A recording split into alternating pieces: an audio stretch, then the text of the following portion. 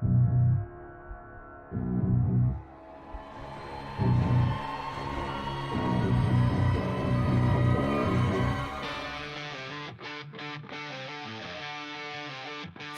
of Writing.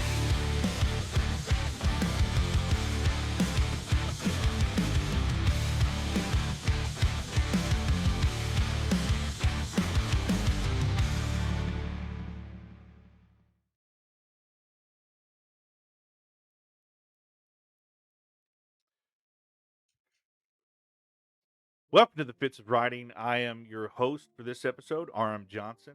Our guest tonight is a debut author, a lifelong lover of writing, and anything beyond that, we're going to find out together. And not to waste too much of my hot air. So, Becky Jones, everybody. How are you doing, Becky? Welcome to the Hi, I'm show. really good, thank you. Yeah, nice to see you, and hi to everyone watching. I do want to just kind of briefly get to going. You're a debut author. Your story is a coming of age with, Mhm. I, I want to say, with a little bit of trauma and harassment kind of tied into the story. So powerful stuff.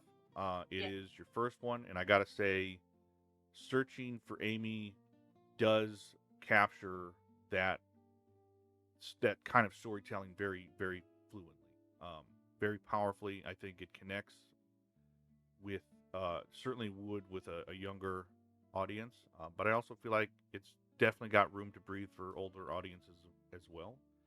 So before we get into that, why don't you just tell us where your story begins? my story, my writing story. Mm-hmm. Uh-huh. Yes.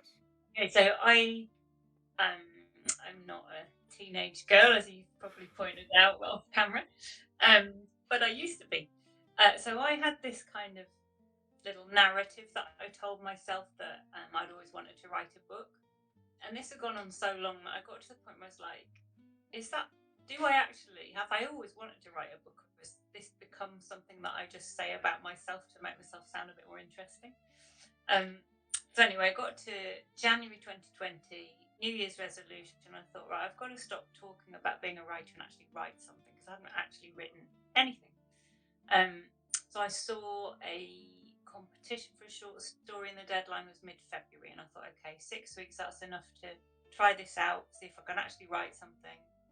So I did that, wrote a little story, all good, sent it to a few people whose opinion I trusted, which was probably the scariest thing I've ever done. um, We've all and been they there. said, yeah, yeah, horrible, right? And they said, yeah, good, keep going, it's good. And so obviously then 2020, as we know, was a big COVID year. So in a way for me, it worked out quite well that I ended up having more time than I would have had normally to write. So I did quite a lot of messing around with short stories and things like that. And then so my book, I'm going to hold it up now just so you can have the image because of the coffee cup. So I really missed being able to go to cafes. And so I started writing about a cafe. So I had this idea about people coming into the cafe, and that's where the book started. So as you know, the present of the book is set in a cafe largely, and that was where that came from. It was literally me missing cafes. So anyway, still in the process of trying to work out whether I had actually always wanted to write a book or I just made it up as an interesting fact about myself. Um, we had someone come to insulate our loft, our attic loft. Is that an Americanism? Yeah. Um, so we had to empty everything out. So there was loads of crap, loads of baby toys and old stuff, and the kitchen was full of all this stuff. And my husband said, "Can you just sort through that because like we need to chuck half it away? It's rubbish." So I walked into the kitchen, and in the middle of all the plastic toys, there was a box of old letters, and it was covered in wrapping paper, and I recognised it totally because it was from my youth. It was from my teenage years and my university years. And I hadn't seen it for years, and I didn't even remember that I still had it. But it was basically back in the day when I was young, before the internet, people. We used to write to each other. So I had this whole box of letters and old diaries, and it was like a treasure trove. And I found a diary from when I was about 17, and it said, I've just done a writing course. I've got to write something every day because one day I want to get published. So I thought, there we are, proof. Waited 30 years, but at least I'm getting on with it now. So that was kind of my story. That was the origin story, anyway. And that's what kicked this off. And you finally put the book together, finished everything, got it squared up, and then you released it in May of Yeah, this year. yeah. Yeah, so part of what I did, because I started writing blindly, really, I guess people do that, you know. I'd written some short stories. I thought I'll have a go at a novel. I hadn't got a clue what I was doing. Um, Well, it so doesn't show. I'll tell you that much. well, there's a lot of work's gone into it since then. But I did a course. It was an online course, and it was really great. It was a year, and each month was focusing on. First of all, it focused on the writing, then it focused on the editing, and then it focused on how to get published. So it was like a whole complete how to get your novel published course, Mm-hmm. and that was excellent because it really did help me unblock.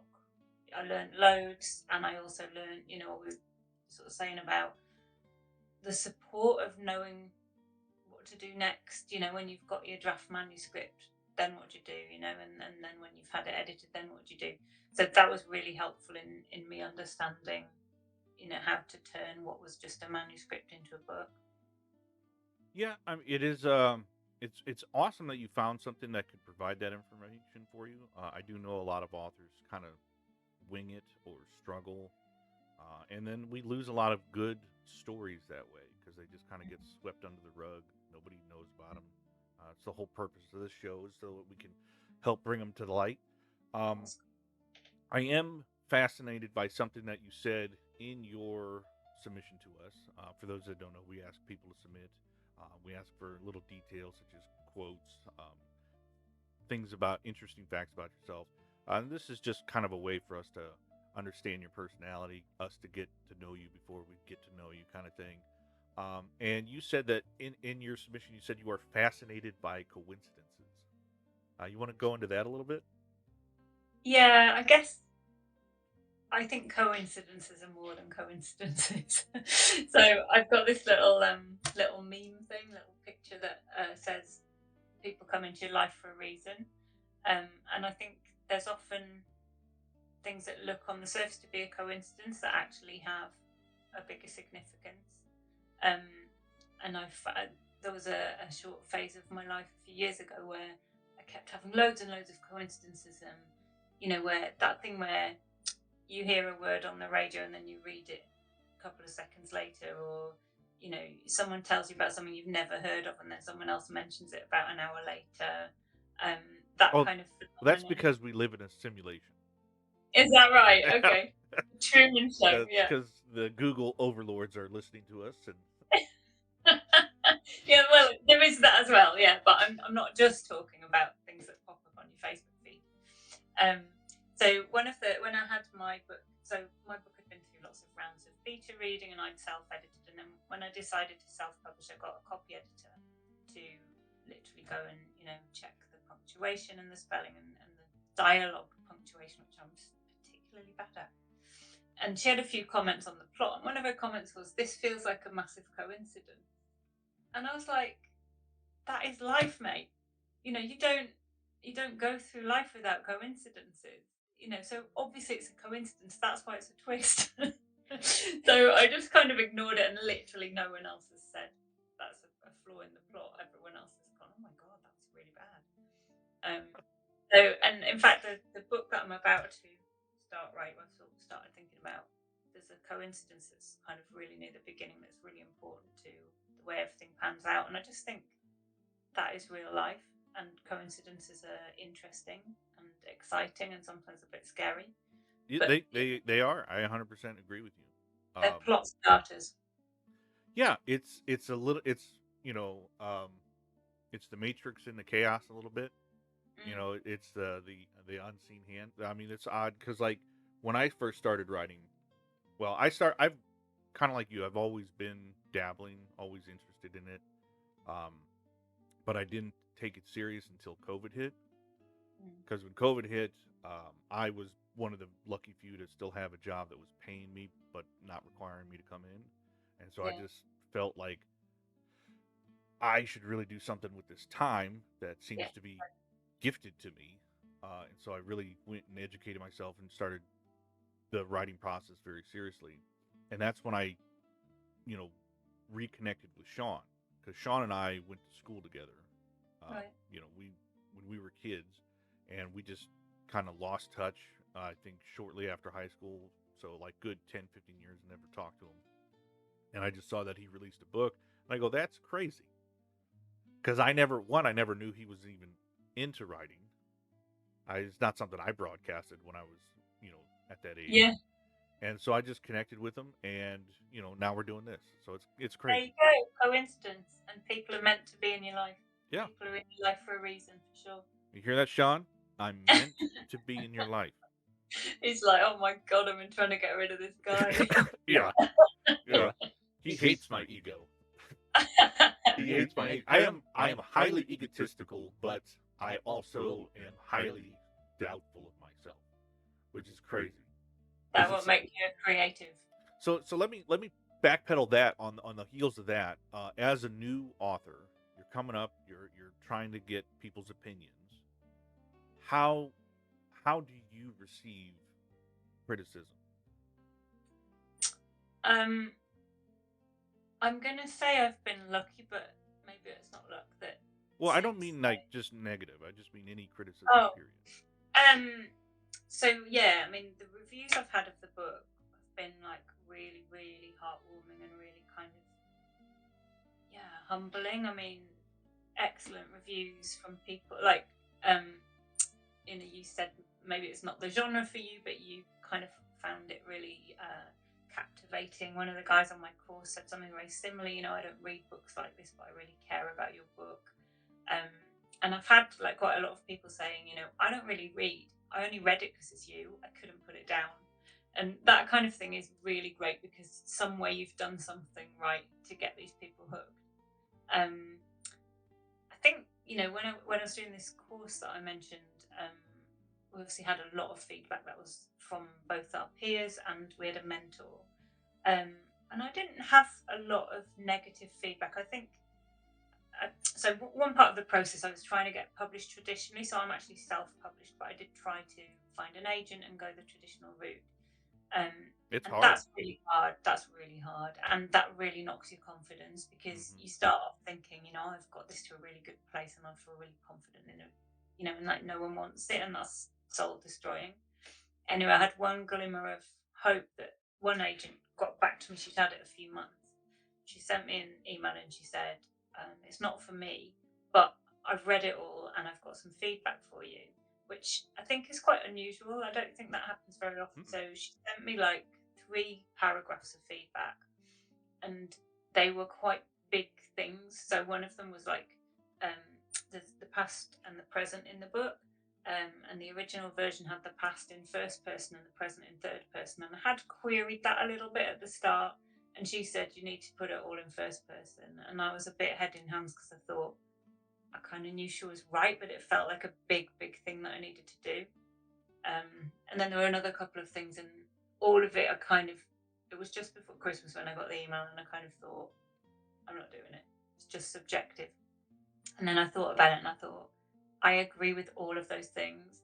And the reason I'm rejecting the idea is because I know it's going to be a lot of work for me. Wasn't really negative, but it was like confirming some things I'd been a little bit uncertain about. So I think I'm so glad I did it. It's a And then hard I truth. left it. Yeah, I left it for over a year. I did that edit and then I didn't do anything with it. I And just then want to I just want to take the time to congratulate you on doing probably the hardest thing a writer can do, and you not only did it, but you did it well. But that is to take criticism, to fight with your own inner voice, and then to make a decision realizing that the only reason you're avoiding doing it is not because they're wrong or anything like that. It's because of the work ahead of you. yeah, That's crucial. yeah. Do you know, someone asked me in a webinar I did a couple of weeks ago, like if you could give one piece of advice to someone, what would it be? And I said, you've got to take each little step at a time. You've got to set your next goal and get there. Like if someone said to you, right, here's a blank piece of paper, it's going to take you this many months, it's going to take you this many hours, then you're going to have to do this, then you're going to get 30 rejections, you wouldn't do it. So you've got to think, okay, so my first goal is getting to the end of my first draft, and then my next goal is there's always a new goal. Like, don't ever think you're finished because I've got a book now, but no way am I finished. I'm trying to get it out there. So my favourite idiom is you can only eat an elephant one bite at a time. So it's that you've got to apply that when you're doing a book. Yeah. There's always something else. There's always more work. I It's think not. I think you have wonderful success ahead just because of your own mentality on the process. I mean, if you just keep maintaining that, you're gonna blow us all away. You're gonna be up there in the top with all the names right now. I mean, that's just a crucial ability to just keep moving forward, but not stubbornly. Not to just be like, no, I'm right. I know my story better than you. You took someone's opinion, educated or experienced, however you want to do it. You absorbed it. You saw the points she or they were making. I'm not sure. Yeah, it Uh, was a she. and then you changed, and Mm. that is a rare skill. It is something everyone should do. And furthermore, look out.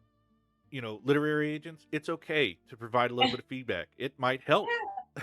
It Oh my might God, help. it was so lovely. She was lovely. I don't know what happened to her.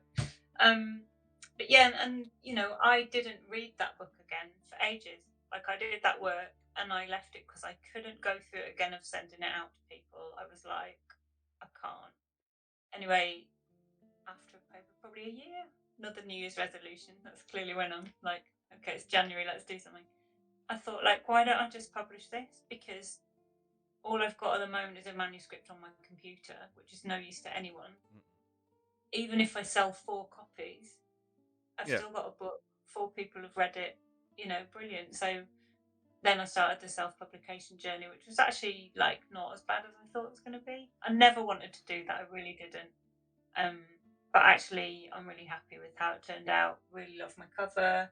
Worked Yeah. with a really good designer. That actually leads me into that question. I was curious about your cover art. I didn't know if that's something that you just found or you like. No, no, no. So I always had the idea of I wanted a coffee cup on the cover, but I've got a Happy Mother's Day card just above my computer, drawn by my son about 4 years ago, and on the cover it's a book, and it says bestseller Becky Jones and a coffee Oh, cup. It's that's so cute. adorable. Um, so I had an image in my head of those like takeaway cups with a name written on it. Hmm. So I was thinking like searching for and then Amy written on the cup. I couldn't make it work. I tried AI. I tried fiddling around with things, and then I approached a designer. I actually work in textbook publishing, so I know kind of people in this world. Oh, there you go. Not at all relevant to fiction. She Not knows helpful at all. everybody. Everyone, you heard Anyway, her. She knows everyone and everyone.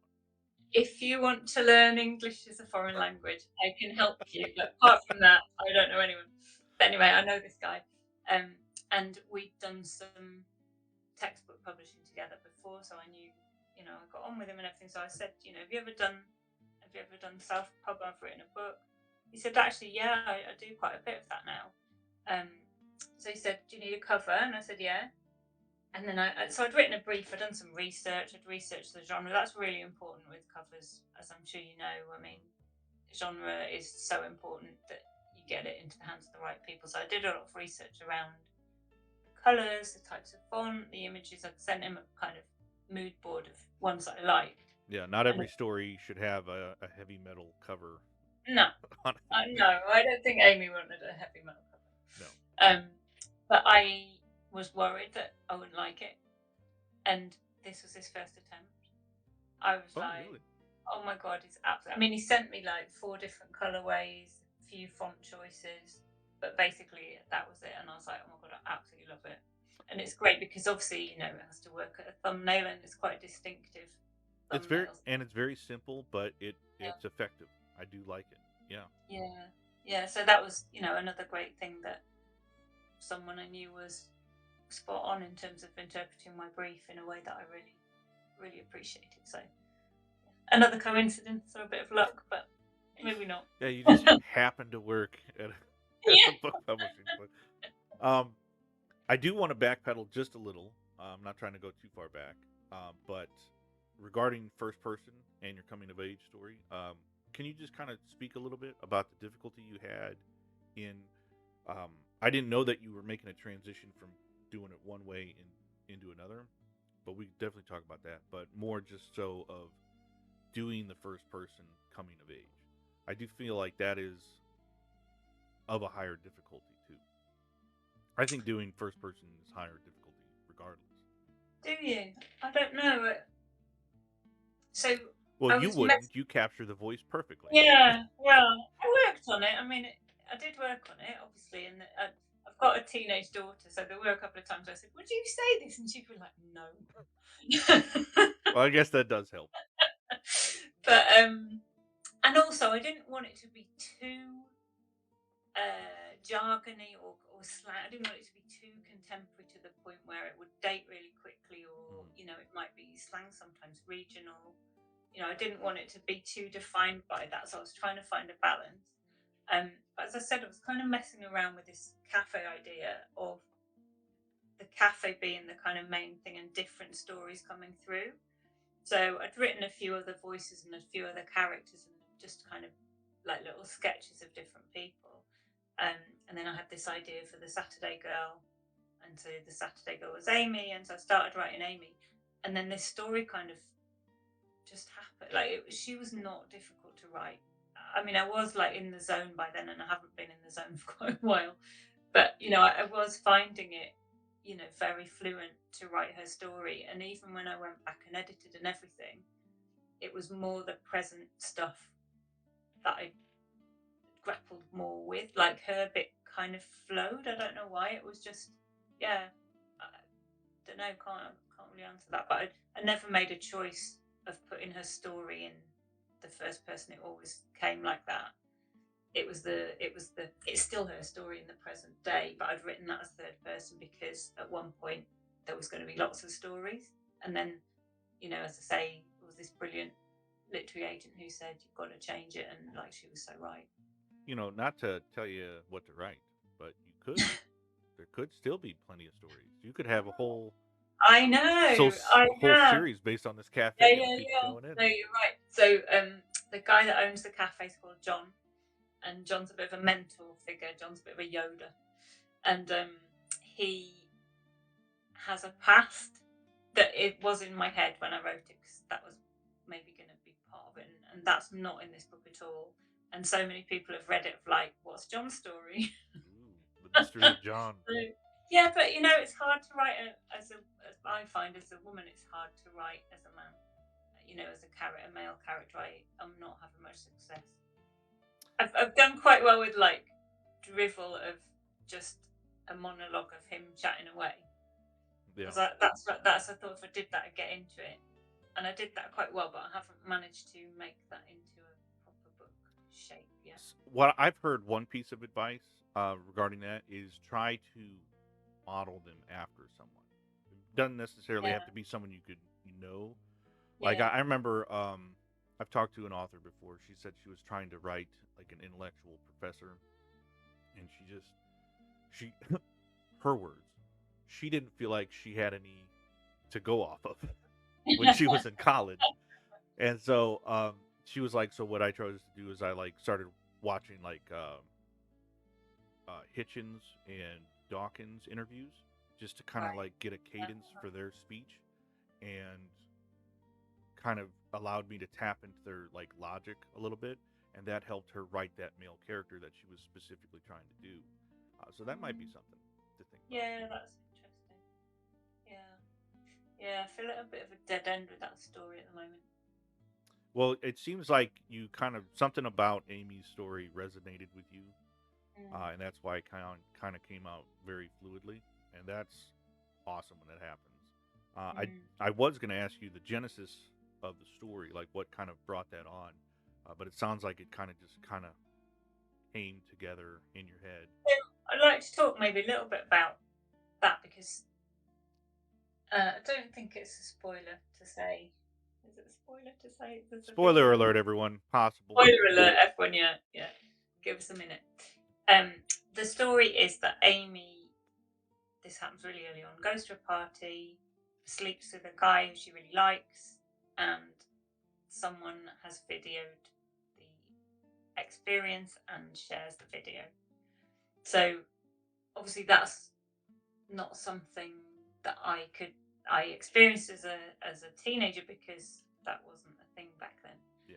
But I think there were elements of things that I experienced or heard about both at school and at university that informed the sort of human behavior side of it. So although the video and the internet and all that couldn't have been within my experience at that age, I feel like human behavior and the way adolescents are and that sort of thing hasn't changed that much. It's just there are different ways of being a completely horrible person. Yeah, Don't and know in if many we're ways we've allowed to gotten worse. swear. Yeah, we've gotten worse over time.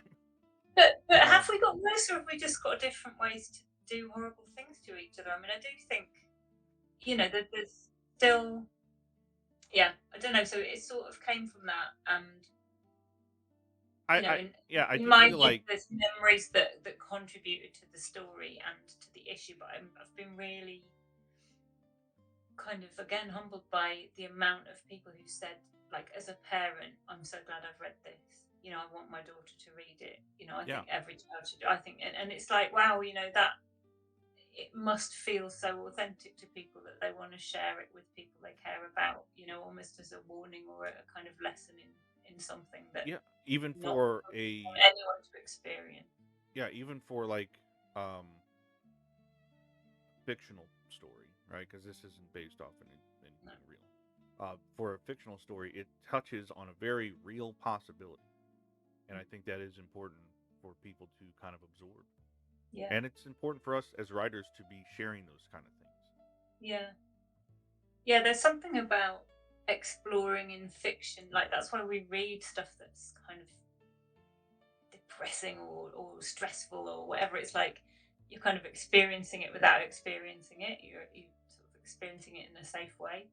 Um, so I think that maybe is why people have been relating to it. Some young people have read it as well and said like, I'm so glad I read this book. I've told all my friends to read it. So I think it does kind of people get it is obviously about a teenager and it's in her voice, but there's quite a lot of her mum in there as well. So I think, as a parent you can really relate to that relationship. Well, I say we take this subject and just kind of bring it up into an open discussion about what it's like writing trauma or abuse or harassment in stories. What you feel is important to capture, maybe avoid. Mm. What your thoughts on that are. I was really careful. Luckily that's some of the depths she gets to, I never kind of spelt out she's suffering from depression or anything like that, but some of her behaviour suggests that was what she was going through, and I have been lucky to not experience that. So I was really careful to not kind of patronize anyone or name something that I don't know anything about personally. I did, in terms of research, I found a charity that support people that have had intimate images and videos shared on the internet. And I had a lot of conversations with one of the volunteers at the charity about whether the emotions that I was imagining that she would feel were consistent with survivors that she knew about, and so I did sort of sound all that out with somebody. um yeah, I mean it is quite hard to write and it's quite hard to reread. Like, reread my proofs, made myself cry. I don't know if that's a good sign or a bad sign, but Well, at yeah, least it's connecting with you. yeah, Yeah. and also like everyone who's read it has been very moved by it, which I feel I'm really happy in a way that that's the effect that it's had on people, that people have felt, God, that was so emotional. At times it was difficult to read, or I couldn't put it down because I was so worried about what she was going through, and that sort of stuff. is really, really flattering in a way that I managed to capture those feelings in a way that people really relate to. Yeah, But I yeah, I think it's hard, and I think maybe if you people, I very much respect people who write about trauma from personal experience because I think that must. I think in some ways it's therapeutic, but in other ways it must be very hard, and especially if it's something that you're going to put out there because other people reading that is very personal. yeah, I would definitely say I don't know if it's like in a general sense, but I do feel like if you're gonna tackle those subjects, you should think about uh, temperance, and because even if it's something personal to you, and you're like, I feel like I should have the right to just pour this out onto the page, you are asking other people to absorb it, and you Mm-hmm. may, in the effort of sharing that story, um, create an overwhelming sense. And so you should kind of think about I wanna hit the notes. I want there to be impactful moments, but I also don't want to cripple my audience. you know, Yeah. and so What I think I I, what, I think you've got a nice balance going. what I For was sure. careful about was so obviously part of my audience are young people. I didn't want to be too heavy-handed with anything, or as you say, sort of scare anybody off. Yeah, because Um, this is a young adult novel. This isn't. yeah, yeah, that's where it's pitched. But honestly, a lot of the readership's been parents. Well, I guess a that's lot of adults read Harry Potter. that So is also true, and also I think I said somewhere, I can't remember if I put it in my author note or something. We've all been young, even us old people. So, I think even if you weren't a parent, you might relate to that feeling of adolescence. It doesn't ever feel that long ago, does it? But yeah, no, I was going to say, like, I deliberately didn't include very graphic detail about stuff because I made suggestion and allowed people to have their imagination and fill in the gaps because I think for me that's more effective. yeah, I've read a novel recently, I don't know if you've heard of it, it's called Nesting by Rasheen O'Donnell, and it's about an abusive relationship because I like to read that kind of light-hearted. but that type of escapism. yeah, thank you. And that was so like I really liked the way she'd written. She didn't describe it ever. It was very much in the woman's head, and you could feel the emotions, but you didn't you didn't read the descriptions of the abuse, but you didn't need to because you could imagine, or without kind of framing the actual images, it was enough. What she said, it was really, really well done. I thought it was brilliant. Yeah, inference is a powerful tool. Absolutely. Yeah, Yeah. I don't think enough writers lean on it. Probably because like the way the medium is perceived, it's it's not like movies where like you can Mm-hmm. there's a lot of visual feedback. But I have this is I'm just gonna go on a little tangent here if you don't mind. I have a I don't know. personal belief that you can achieve what movies achieve through the written word. My personal writing style tends to be more cinematic. So instead of sharing a character's inner thoughts, I will try my damnedest to describe their reaction, be it a physical one, maybe their tone of pitch, maybe what they do. Like instead of like I mean, we all do it. We can all see it. So if you're interested, you lean in. If Mhm. you're upset, you kind of do this motion. You're like, "Ah," you can write that. You don't have to be like he was upset. You can Yeah, yeah, create, yeah. No, yeah, absolutely. and then just let the audience, let the reader do the rest, Yeah, and it's very yeah. It's powerful. like the speech tags, isn't it? Where you're supposed to only say said or asked. Oh, Because the if you said bookisms. yeah, Yeah. if you put in it, like he even shouted or screamed. I can't think of any now. It's like overkill, but you've got to convey how they're saying it in what they say and the movements that you describe and that kind of thing, so that the speech tag isn't visible. So I one key lesson I've learned on my journey from my I like religiously started watching early on in my path. I started watching these lectures by Brandon Sanderson. Oh my god, me too. They're great, aren't they? Oh my god, he's Told you, amazing. Sean. Told you. Yeah, he's amazing. So another friend of mine who's a writer said, this is not your genre at all, but this guy's great. No, I'm completely on board with that. Yeah. And I love his lectures speak about writing as a whole. It's not just about fantasy. It's No, you can not take at everything all. and Well, apply it. I don't write fantasy or read fantasy. I thought they were brilliant. Mm-hmm. And one thing he says in there is you have to like let your dialogue breathe. So like when you're doing your said bookisms or anything like that, if you kind of space them out, so you can get away with about somewhere between 4 and 5 pieces of dialogue where it's just two people talking back and forth without you telling the audience who's talking, because if you're doing it right, if you're structuring and formatting right, the audience will know who's talking. Mm-hmm. And so if you don't have to put it in there, No. or in opt out of a bookism and do a story beat. And a story beat is, John got up from the table and walked over there. Then dialogue. You now know who's talking because you just told the audience who's doing what. Yeah, yeah. Oh, there's a lot of people making coffees in my book, and drinking coffees and sharing flapjack and making tea. Yeah. That's the reason I really wanted a coffee cup on. See, I suspected there was a reason why I liked your work, and it's because you're a fan of Brandon Sanderson. Yeah, no, honestly, I listened to a lot of him in lockdown because that's when I was doing all that stuff. No, his series of lectures that he filmed.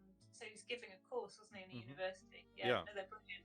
Yeah, and They're it's brilliant. really They're funny. helpful to like hear the students ask questions and then he Yeah. answers those. Yeah, it's way better. I Yeah, almost no, feel like I went to great. college. Yeah, no, me too. Yeah, no, he was great. How funny.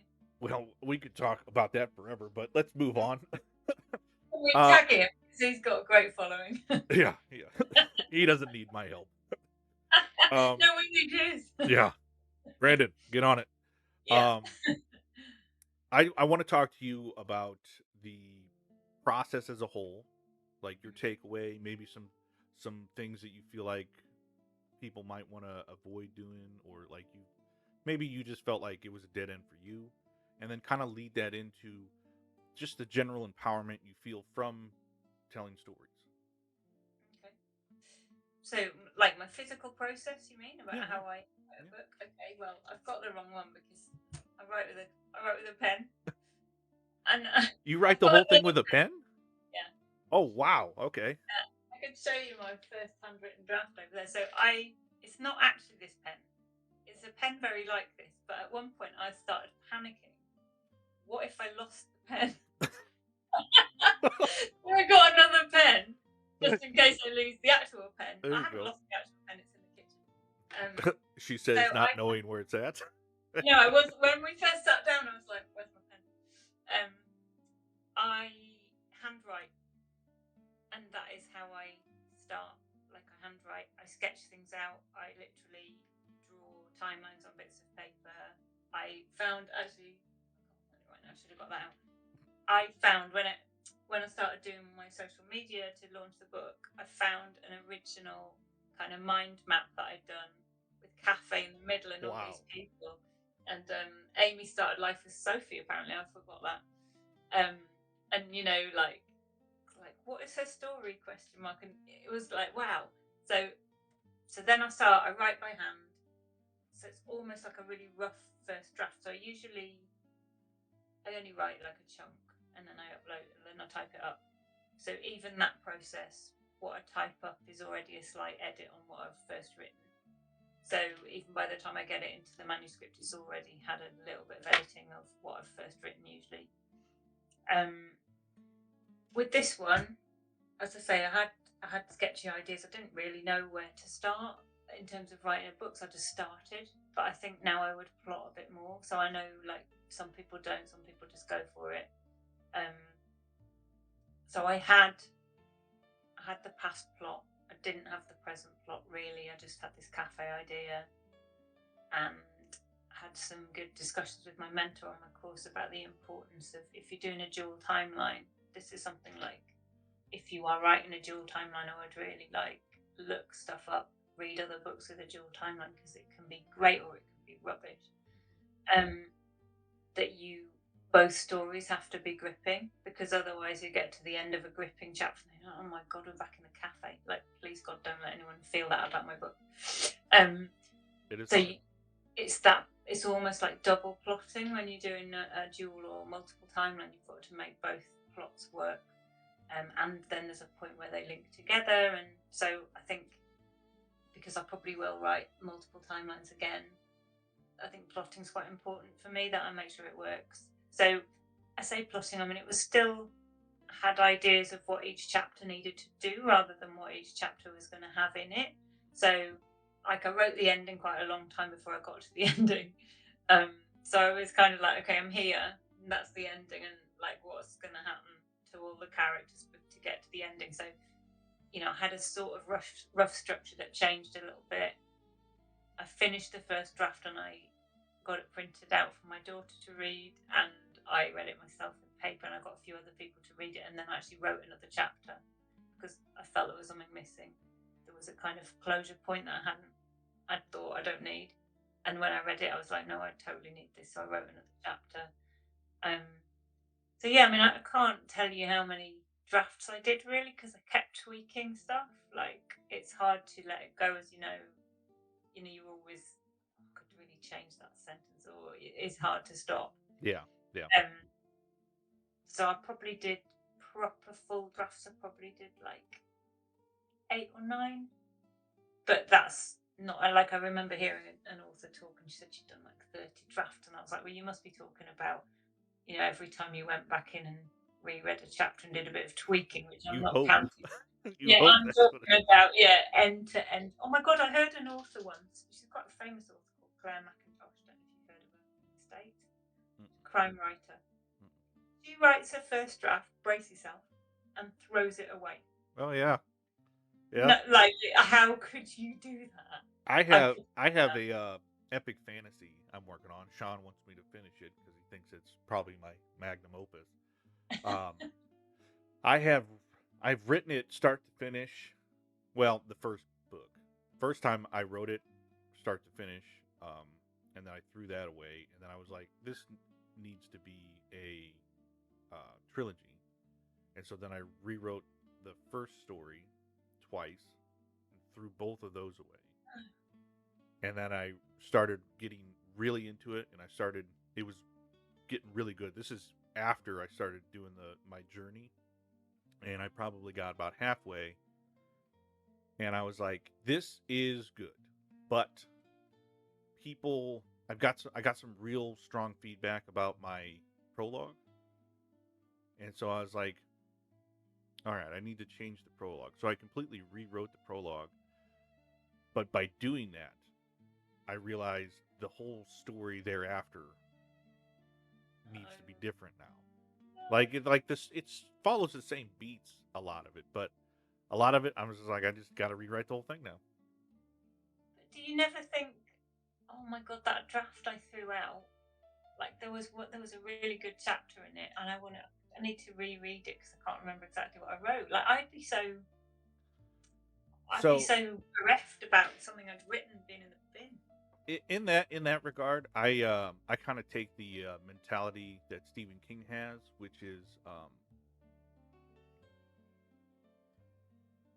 the fastest way to immortalize bad ideas is to write it down. So, like in that regard, it's like if it was if what I think is a good idea, it's gonna be in here. So Yeah, I'll no, just go yeah, rewrite it. I can get that. Yeah. And I have enough confidence in my skill that I don't have enough confidence in my ability to convey what I want to convey, Mm-hmm. because I live in my head and I know I understand what I'm saying, and I do get a little bit nervous about, is the reader gonna get what I'm doing here? But I have a lot of confidence in my skill to be able to rewrite new things every time, Mm-hmm. and so I don't shake in that at all. That's why when we're done here, I'm gonna promote something that I really encourage people to do. I encourage you to be a part of it. It's these telltale writing prompts we drop. It's an Uh-huh. amazing exercise that I started, and I just feel like it helps me like unlock my ability to just see a thing, write a thing. Mm. Um, but I'll get So into that. that is really good. I was trying to unlock myself, and I did a thing that I've done before where you have some sort of statements for your character to finish. So things like people only love me when, and stuff that gets quite deep. And I love doing that for characters because you really do get in the head. So I was saying I'm struggling to get in John's head, but doing that, I was right in his head. It was not a nice place to be, but it was a good way to unlock stuff. So yeah, I think I just feel at the moment like I work as well, and I'm promoting this book. I need to carve out that writing space. I haven't been in the zone for such a long time. I'm kind of craving it. Yeah, it's hard to find. That's why, like was talking to you before we started, that I was really encouraging Sean to do like a season type of setting for these so that we had time to do them, get And them then out do there, something. and then have Yeah, time for ourselves to, do what we want to focus on. yeah, yeah. Well, But I think that's about all time we have. Um, I don't want to keep you too long. I know it's much later in the day for you than it is for me. Uh, it's 7:15 in the evening here, so we're all good. Well, I want you to save some of your night. I do want to let everybody know that you can find Becky at Books by Becky TikTok, Books by Becky Jones with underscores between each space and Instagram, and then booksbybecky.uk is her website. You can find her book on Amazon. Yeah. We'll put the Mhm. links and everything in the description. I want to encourage everybody to check out our Facebook page. I release Telletales writing prompts every Tuesday. It's a simple process. I encourage everybody to participate. If you see something and you want to say something about it, I basically find an image. Sometimes they're fantasy based. Sometimes they're just some artwork I found on the internet. And I was just like, I love it. Let me look at it. I define a story that I see from it, um, be it a narrative, be it a poem, be it just dialogue between two characters, whatever story I see that pops up. The longer I look at it, I write it down. I share that with you, and then I ask you to tell me what story you see. So it doesn't have to have anything to do with what I wrote. Just write your own story. Tell me what you're seeing. I love to hear you guys' perspective. I encourage Becky to participate. Um, please keep an eye on our Facebook. That's where we do a lot of our announcements regarding, you know, submissions or videos or anything like that. Please like, comment, and subscribe on our channel. Becky, is there anything you want to add before we let you go? No, it's been great talking to you. It's been And a pleasure. I do hope to have you back when you do finish your next project. oh well, let's see how we get on. But yeah, no, it's been great. Thank you for the opportunity, and yeah, good luck to everyone who's writing. It's worth it. Keep going. Yep. All right. I think we're going to fade to black.